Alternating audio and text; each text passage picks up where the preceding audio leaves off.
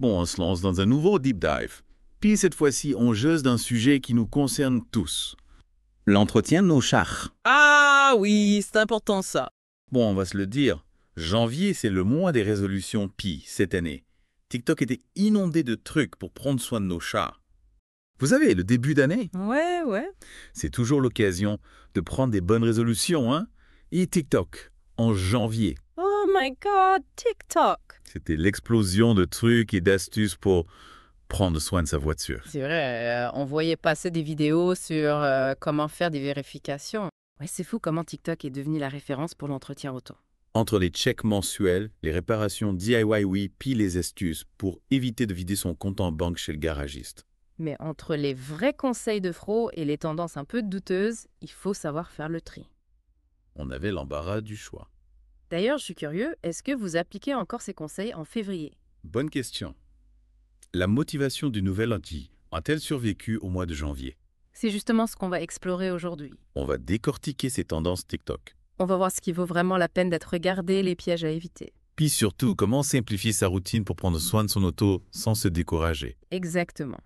Parce que, soyons réalistes, personne n'a envie de passer des heures à bichonner sa voiture chaque semaine. Absolument.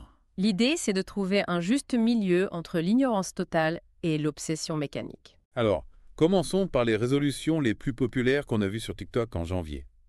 Il y avait cette grosse vague de « je vais mieux entretenir ma voiture ». Ah oui, celle-là, elle était partout. Soudainement, tout le monde s'est mis à vérifier son niveau d'huile, la pression des pneus, le liquide de refroidissement. Des trucs super importants, mais qui sont souvent négligés. C'est vrai. Mais au-delà de l'engouement initial, est-ce que ces vérifications de base sont vraiment si importantes? Qu'est-ce qu'on risque si on les zappe? Eh bien, imaginez rouler avec un niveau d'huile trop bas Ça peut causer une usure prématurée du moteur, voire une panne grave. et une pression de pneus inadéquate. Ça affecte la tenue de route, la consommation d'essence. Et même la durée de vie des pneus. D'accord. Donc on ne parle pas juste de confort ou d'esthétique, mais bien de la sécurité et de la longévité de notre véhicule. Exactement. Et puis, il ne faut pas oublier que ces petites vérifications peuvent vous éviter des réparations coûteuses à long terme. Un peu de prévention, ça vaut toujours mieux que guérir. Tout à fait. Et pour ceux qui veulent vraiment faire les choses comme il faut, on a vu passer des outils bien pratiques sur TikTok. Comme le manomètre numérique Michelin, MM-Ball One Ball 266 pour la pression des pneus. Ou encore l'outil de diagnostic Ansel AD310 pour comprendre les codes d'erreur. Ouais, ces outils peuvent être de bons investissements si on veut être plus autonome dans l'entretien de sa voiture. Mais avant de se lancer dans l'achat de gadgets, il faut déjà maîtriser les bases. Bien dit. Par exemple, pour vérifier le niveau d'huile, il faut le faire sur une surface plane, moteur froid. Et utiliser la jauge correctement. Et pour le liquide de refroidissement, il est important de choisir le bon type pour son véhicule. Par exemple, beaucoup de voitures européennes utilisent du Glisantin G30 Utiliser le mauvais liquide peut endommager le système de refroidissement. et causer des problèmes sérieux. Bon, on a parlé de l'importance des vérifications de base, mais TikTok a aussi popularisé une autre tendance. Le fameux DIY mécanique. Ah oui, les rois et reines du comment changer. Changer ses essuie-glaces, faire sa vidange, remplacer une batterie. Sur TikTok, ça avait l'air tellement simple. Sauf que la réalité est souvent plus complexe. Est-ce que suivre un tuto de 30 secondes suffit vraiment pour se transformer en mécanicien? Disons qu'il faut être prudent. Certaines réparations simples peuvent être soi-même si on a les bonnes informations et les bons outils. Mais il ne faut pas surestimer ses capacités. C'est vrai. Il y a des risques de faire plus de mal que de bien si on ne sait pas ce qu'on fait. Imaginez, vous suivez un tuto pour changer votre batterie et vous oubliez de débrancher le négatif en premier. Ça peut faire des étincelles. Exactement. Et pour certaines réparations, mieux vaut vraiment laisser faire les pros. Changer une courroie de distribution, par exemple, c'est pas pour les débutants. Parlant de réparation, TikTok était aussi rempli de conseils pour éviter les erreurs d'entretien et économiser de l'argent. Ah oui, la tendance du « je vais arrêter de gaspiller de l'argent sur des erreurs bêtes ». On a vu des tonnes de vidéos listant les habitudes qui abîment la voiture et vidant notre portefeuille. Rouler tout le temps sur la réserve, ça peut endommager la pompe à essence. Sans parler d'ignorer les voyants lumineux sur le tableau de bord. Un outil de diagnostic comme l'Ancela AD310 peut vous aider à comprendre les codes d'erreur et à régler les problèmes avant qu'ils ne deviennent graves.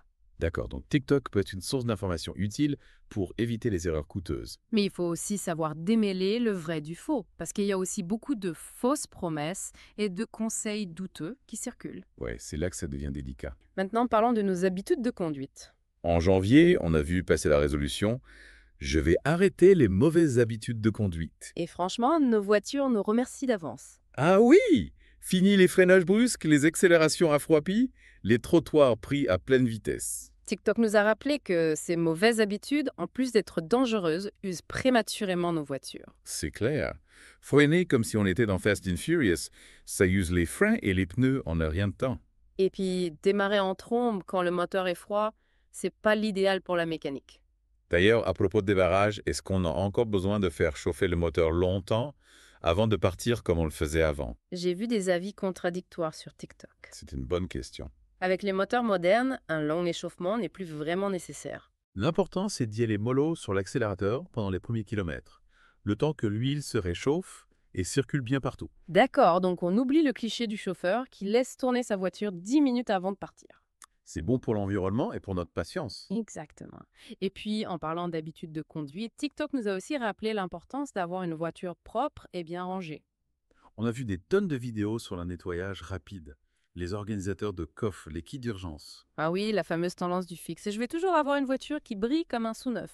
Sauf qu'entre le boulot, les enfants et les courses, la réalité est souvent différente. Ah, c'est ça. La voiture impeccable, ça dure rarement plus de 24 heures. Mais bon, essayer de garder une certaine organisation, c'est déjà pas mal. Et un bon organisateur de coffre, ça peut faire des miracles pour éviter de se retrouver avec des sacs de sport, des emballages de McDo et des miettes de granola partout. C'est clair. Et puis, avoir un kit d'urgence avec un triangle, un gilet réfléchissant et des câbles de démarrage, c'est toujours une bonne idée. On ne sait jamais quand on peut en avoir besoin. Parlant de choses qu'on voit souvent sur TikTok, on a remarqué beaucoup de vidéos sur les produits miracles pour les voitures. Est-ce que ces produits tiennent vraiment leurs promesses ou est-ce que c'est juste du marketing? Bonne question. Il y a des bons produits, c'est sûr, mais il y a aussi beaucoup de poudre aux yeux. Il faut être prudent et ne pas croire tout ce qu'on voit sur TikTok. Ouais, on a vu des trucs assez louches comme des liquides qui sont censés réparer un moteur usé en quelques minutes. Franchement, ça me semble un peu trop beau pour être vrai. C'est clair! Si c'était si facile, les garages fermeraient tous boutiques. Un moteur usé, ça se répare pas avec une potion magique. Il faut généralement le démonter, changer des pièces. C'est un travail complexe. Donc méfiance face aux produits miracles qui promettent des résultats irréalistes. Mais comment faire pour choisir les bons produits? Ceux qui vont vraiment nous aider à entretenir notre voiture. Déjà, il faut regarder la composition du produit. Est-ce que les ingrédients sont clairement indiqués? Est-ce qu'il y a des avis d'experts indépendants? Et est-ce qu'on peut se fier aux commentaires des utilisateurs qu'on voit sur TikTok? Pas toujours. Faut garder un esprit critique. Est-ce que les commentaires semblent authentiques? Est-ce qu'il y a des mentions négatives? Parfois, les commentaires trop positifs, ça sent le fake à plein nez. D'accord. Donc, on prend tout avec un grain de sel. Et pour les produits qu'on utilise régulièrement comme l'huile moteur, vous avez des recommandations? Oui, bien sûr. Pour l'huile moteur, je recommande de choisir une huile synthétique de qualité. Elle offre une meilleure protection du moteur et une durée de vie plus longue. Et pour le nettoyage de la voiture, vous avez des produits chouchous. Pour l'extérieur, un shampoing auto-doux et une cire protectrice font très bien l'affaire. Pas besoin de se ruiner avec des produits hyper chers. Et pour l'intérieur? Un aspirateur et des lingettes nettoyantes, c'est généralement suffisant. Et si vous avez des tâches tenaces, il existe des produits spécifiques pour les sièges, les tapis, etc. Bon, on a parlé des produits, mais il ne faut pas oublier les outils. Quels sont les outils indispensables à avoir dans sa trousse pour faire des petites réparations soi-même? Un jeu de tournevis, une clé à molette, une pince multiprise, un marteau. Avec ça, vous pouvez déjà faire pas mal de choses. Et si on veut se lancer dans des réparations plus complexes, une boîte à outils complète sera un bon investissement. Exactement. Parlant de TikTok, on a vu passer une tendance assez inquiétante. Le Lug Nut Challenge. Ah oui, celle-là, elle est dangereuse. Pour ceux qui ne connaissent pas, c'est un défi qui consiste à desserrer les écrous de roue d'une voiture, sans que le propriétaire ne s'en rende compte. C'est carrément irresponsable. Imaginez les conséquences si une roue se détache en pleine conduite. C'est pas une blague, c'est du vandalisme pur et simple. Si vous voyez des vidéos de ce genre, signalez-les immédiatement. Et si vous remarquez que vos roues font un bruit bizarre ou que votre voiture vibre, arrêtez-vous immédiatement et vérifiez vos écrous. En parlant de TikTok, je trouve ça intéressant de voir comment certaines tendances rejoignent des principes de base qu'on nous répète depuis des années. C'est vrai. Le bon sens, ça traverse les époques. C'est valeur de TikTok. L'importance de faire ces vérifications régulières, par exemple. C'est pas nouveau. Les mécanos nous le disent depuis toujours. Ouais, mais des fois, ça prend une vidéo virale avec une musique entraînante pour qu'on y prête vraiment attention. Non. Ah, probablement. TikTok a peut-être ce pouvoir de rendre l'entretien auto un peu plus cool et accessible. Et puis, il y a l'aspect communautaire. On voit des gens de tous horizons qui partagent leurs trucs, leurs galères, leurs réussites. Ça crée une espèce de solidarité entre propriétaires de voitures. Carrément, on se sent moins seul face à une courroie de distribution capricieuse ou un pneu crevé. Honnêtement, certaines vidéos TikTok sont vraiment bien faites. Et elles expliquent des concepts complexes de façon simple et visuelle avec des animations, des schémas. Ça aide vraiment à comprendre. Oui, et ça démystifie un peu le monde de la mécanique. Qui peut paraître intimidant pour beaucoup de gens. Je pense que cette accessibilité accrue à l'information, c'est une bonne chose. Ça nous encourage à être plus proactifs dans l'entretien de nos voitures. À poser des questions. À ne pas se faire avoir par des mécanos malhonnêtes. Tout à fait. Plus on en sait sur nos voitures, mieux on est équipé pour en prendre soin et éviter les mauvaises surprises.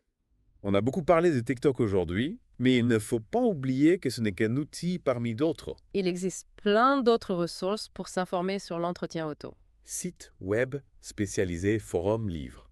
Et surtout, n'hésitez pas à demander conseil à votre mécanicien de confiance. C'est la personne la mieux placée pour vous donner des recommandations personnalisées en fonction de votre véhicule et de vos habitudes de conduite.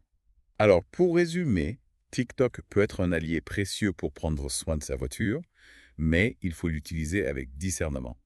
Privilégiez les sources fiables. Vérifiez les informations. Et n'hésitez pas à consulter un professionnel si vous avez un doute. Et surtout, n'oubliez pas que l'entretien auto, ça ne doit pas être une corvée. Prenez le temps de découvrir votre voiture D'apprendre comment elle fonctionne. et de la bichonner. C'est un investissement qui vous le rendra bien.